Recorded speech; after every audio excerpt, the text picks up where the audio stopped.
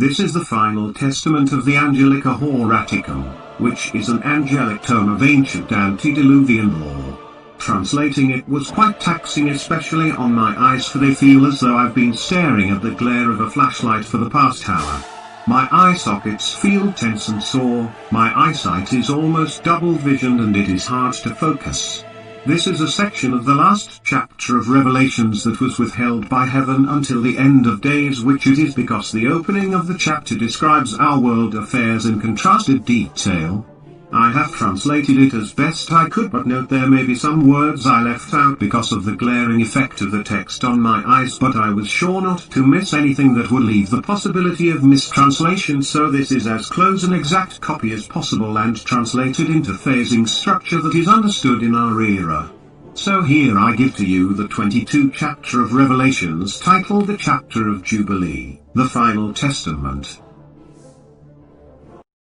And in those days, in the ear of the wicked, where evil lies in the hearts of all men, and the sinful are praised as heroes and the righteous are dismissed as the minority on earth, where the madmen are praised as saints and the wise men abolished as lunatics. Those that dwell on the earth shall seek death, but death shall know them not. And the innocent and martyred righteous souls who died in his name shall gather beneath the throne of the Almighty and ask, How long, O Lord, must we suffer the injustice of our deaths while the wicked roam the earth? How long until vengeance shall be ours, so that we may finally rest in peace?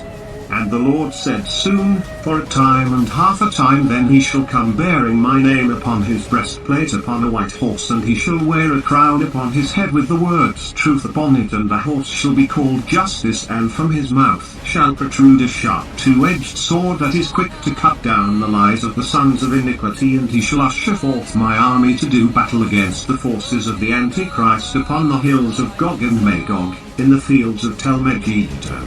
And he shall be known to the prophets of that age, for he cometh proclaiming my name, that none but he and the prophets shall know. And he shall ride forth with my army at his side, and behind him shall appear the Anointed One, the second coming of the Son of Man, which shall reveal himself to the world at that time, and he shall battle against the forces of darkness led by the Antichrist and the false prophet.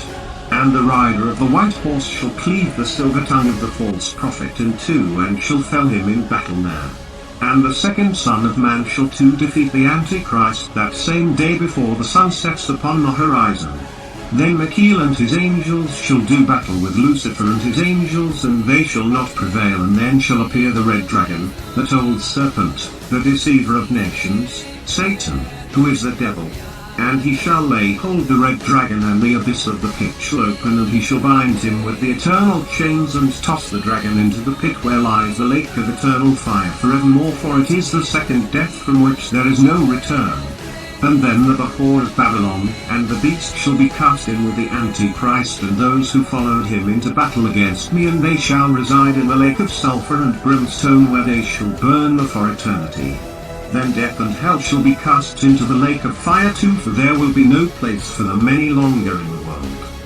For after these things have come to pass shall come the time of the final judgment, where the earth shall give up what is within it, and the oceans will give up its dead, and so too shall hell give up what it owes, and all shall stand before the white throne to be judged for their deeds, and the 24 judges and he who sits upon the white throne shall sift them like wheat from chaff. Then the Nephilim who were cast from heaven to earth shall be called forth to answer for their deeds, and they shall be judged more harshly than others, for they walked in their time knowing the truth, and thus not requiring faith. And if they are found to be righteous in their works, then their place shall be found once again in heaven, and so too shall the true sign of God stand before the throne. He who is the seventh son of the seventh son, who comes from the seventh house of David, where the Lamb did well, who has been ever faithful in his name, and he shall be cleansed not of the blessed water, but he shall be cleansed by the Spirit of the Son, that shall take all the pain from him and all evil within the world, and it shall wash away forevermore, cleansed by the Spirit of the Lamb, for its place will no longer found in the world. And this time shall be called the time of Jubilee, for God shall walk the earth with man, and a new heaven and a new Jerusalem shall come down from the skies, and a new earth shall be made, where God will dwell among man forevermore.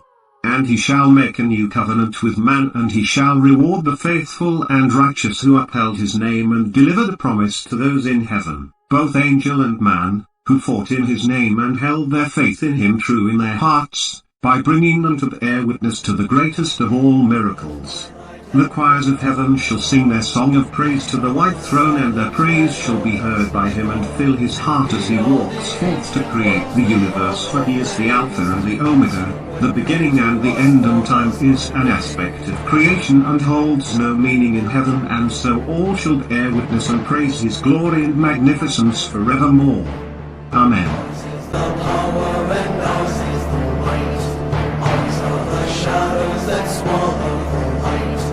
Worship us mortals, bow down to our reign. The blood of the angels, it beats in our veins.